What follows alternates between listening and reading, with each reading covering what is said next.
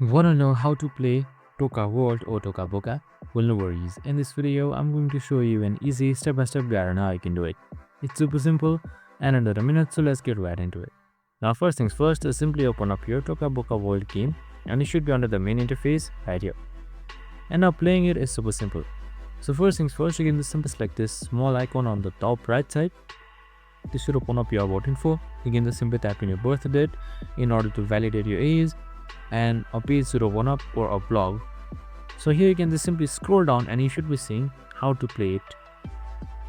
So as you can see right here, it should already be showing you the map, characters, objects, menus, explore locations, and much more.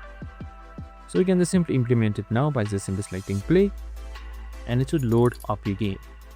Now you can just simply select any city or any place that you want to work on, and you can just simply start playing just like this right here. Now you can get free gifts, characters, add characters, remove them, furnitures, and much more. And that's it. I hope this video helped. If it did, make sure to like, subscribe, and tune in with us for more of these videos. See you in the next one.